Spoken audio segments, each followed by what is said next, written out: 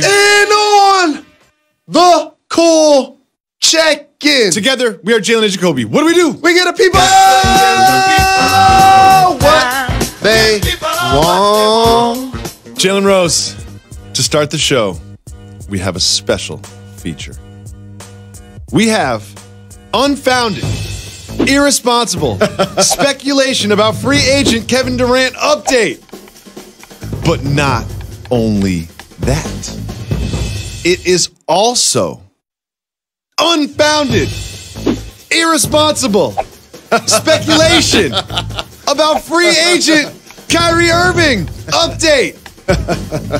One of our colleagues has a friend, and other people have confirmed this as well, that Kyrie Irving, Kevin Durant, Jahlil Okafor, and Emile Jefferson all had dinner together at Komodo in Miami yesterday. Now, people have dinner together all the time and it's not news. But coming off of the All-Star game, where we saw them being chummy all weekend, they spent time together at the All-Star game on the same team, and now they're having dinner together in Miami. Am I being the media guy? Am I reaching by saying that this could actually mean they're going to play together? They're both free agents at the end of the year. I've already came through the door and said it before, like Rakim. If they leave their current situations, they're going to join up in New York City to play with the Knicks. So you think there's no, if KD's not with the Warriors and Kyrie's not with the Celtics, both of which could easily stay with their own teams, by the way. If they're not with those teams, they will be on the same team. That's what you're saying. Not only am I saying they're going to be on the same team, I'm telling you what team that's going to be. So let me just throw this out there, because you know I'm a die easy Knicks fan. There's nothing I would love to more than see these two gentlemen play in Madison Square Garden 41 times in the regular season. However, Jalen Rose, wouldn't the Nets be a better location? Like, of all the teams for them to join, why the New York Knicks? Just the history of the franchise? No, because the Nets already have parts in place that they wouldn't necessarily move. Like, if they come to the Knicks, it's like a blank canvas. So now they get a chance to orchestrate what happens around them. And both of these guys, in their own way, have been accused of being sensitive. Mm-hmm. Both of these guys, in their own way, people have questioned their leadership. Oh, I like where you're going. So for both of these guys, it will be a proving ground. Also, when you sign on the dotted line, as somebody that's already won 2, possibly 3 championships if you KD, at least 1 if you Kyrie, and they decide to play in the Mecca, guess what happens the day they sign? Before they ever play a game, they become legendary here. Legendary in New York City. New York has been starving. When you sign with Brooklyn, it's a little different. You'll be a legend, but not like this. New York City has been starving for championship level basketball and superstar power to be on their roster. Mm-hmm. Something that Carmelo didn't necessarily deliver clearly. Amari didn't necessarily deliver. They have not had flexibility Starberry, Steve Francis, none of them really delivered. Like, Allen Houston was the last star that delivered for the Knicks. And they balled then. I played against those Patrick Ewing, Charles Oakley, Anthony Mason, Latrell Sprewell, John Starks, like Chris Childs. Like, they were loaded then. But guess what? That was the 90s. I know. Okay, so for these two guys, they understand the magnitude of what would happen the day they sign. Look, the day they sign with the Knicks, their number's already hanging in the rafters. So let me say this. You know how the NBA works better than I do. You've been in the locker rooms. You've had players that have the same agent. You know how the fraternities work within different teams and everything. Is this something? Is the fact that they're having dinner together after they spent the All-Star weekend together, is this something, or is this just, hey, they're just friends, they're hanging out? They're not just friends and just hanging out. Here's why. Because this time is valuable. Mm-hmm. Okay? They just got off All-Star weekend, and you resume playing games later this week.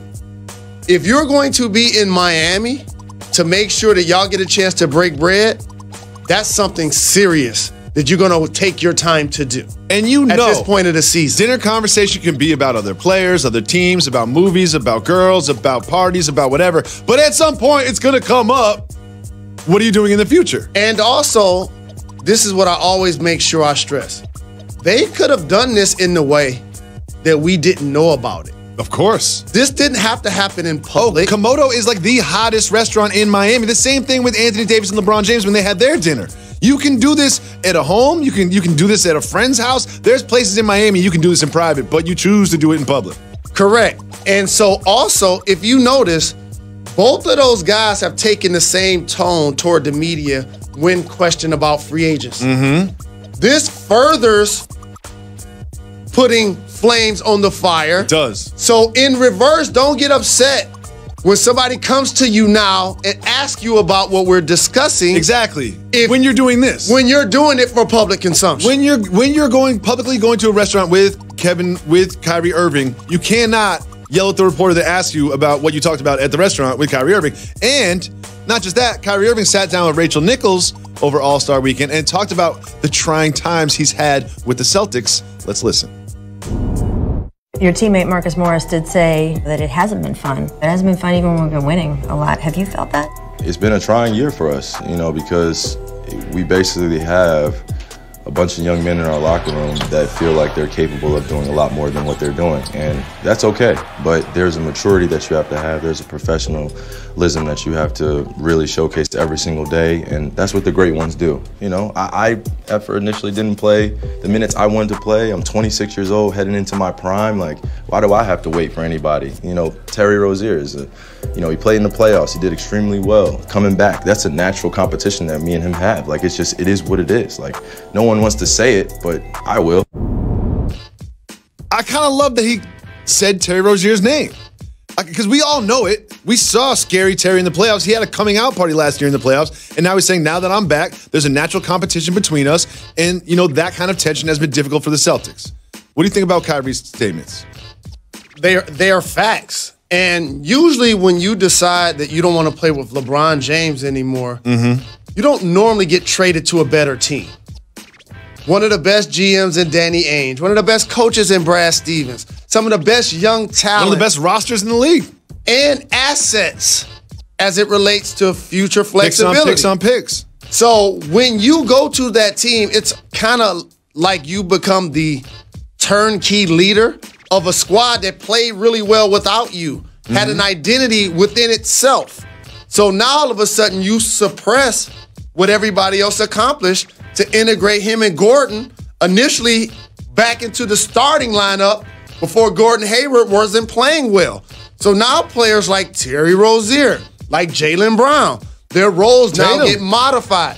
We all thought after Jason Tatum's rookie year, you could have asked anybody to bet any amount of money that he would be an all-star second year. Oh, here's what's happened. What normally doesn't happen. What normally doesn't happen from year 2 to year 3 or year 1 to year 2 is you take a step back in production and minutes. But that's what's forced to happen for the younger players, which has created the tension that he's talking about. However, not just do these roster complications and sort of the riches that they have on their roster cause tension. Also, Kyrie talked about the media causing tension in the locker room. Let's listen. Honestly, all that goes with the free agent talk is really a distraction, and a lot of people don't realize on the outside that, a lot of things that are said get into the locker rooms. Yeah. Like a lot of things that are put in headlines get into the locker rooms. Like, media has broken up locker rooms. Jalen, facts. You spent 13 years in NBA locker rooms. Media has broken up locker rooms. Explain how. What he's talking about is a dynamic of, yes, we're playing for the team name on the front of the jersey, but you still got to represent the team name on the back of the jersey because you want to eventually maximize your potential playing the game you love. And this may not be the only team you play for. That's just how the game works. Everybody don't get a chance to be Kobe or Dirk or Tim Duncan or Reggie Miller or playing your entire career with one squad. So therefore, it's always an audition. A team could go 82-0 and win the championship. They still not bringing back each one of those guys. But how does the media break up the locker room? And so for the media, what ends up happening is the storylines are legitimate when we're asking you about your free agency. Of course. Because you haven't committed long term. That's why when LeBron goes to LA, guess what he did? He signed a 4-year deal to eliminate any questions about his future. So if you're KD and you're signing short-term deals If you're Kyrie and you're going to your final year of free agency, these are multi-billion-dollar decisions being made across the league. The last time I checked, the Knicks and the Nets opened up for 2 max spots. So did the Lakers. So did the Clippers. Yeah. Like, everybody's anticipating what's going to happen with this class, not just the media. So when the storyline is written and discussed, other players hear it. So now when Kyrie talks into a microphone and he says, I want the young players to mature, or these guys have to understand what sacrifice is about. Yes, that does get into the locker room. And if you're Jalen Brown, you're like, you're going to tell me about sacrifice. Well, guess what? I'm in practice before you. I've spent more time in the gym before you. I played in the playoffs last year. Like, what do you mean sacrifice? I've been here and done it and proved that I can do it. And now I'm taking a step back because of you. Correct. And so that creates a level of discord that's unsaid. Just like he said about when he returned to basically take Terry Rozier's spot, who's a free agent this year and likely going to be a starting point guard next year. Mm-hmm. Don't you think he want to be playing 35 minutes? Of course he does. And trying to get top dollar this offseason? When Terry Rozier hears Kyrie Irving fixed his lips to say his name to Rachel Nichols, he's going to feel a certain way about it. If you said something negative about me in the media, we'd have a real problem. And also, but also when they show up at practice, what he's talking about is a dynamic where Rozier, like, I need to show him I'm just as good as he is. I'm covering him in scrimmage. Because next year, I hope to be starting somewhere else. Yes. If he's still here. And I'll be matched up on him. And how about this? When somebody else seems to control your destiny, that makes everybody uncomfortable. For example, Kyrie decides to stay.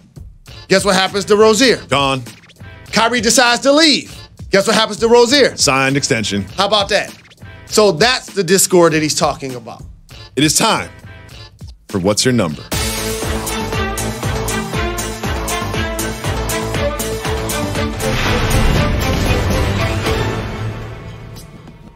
You know, certain fantasy football leagues have punishments if you lose the league, you come in last place. Well, this fantasy football league in Arlington, Texas has one.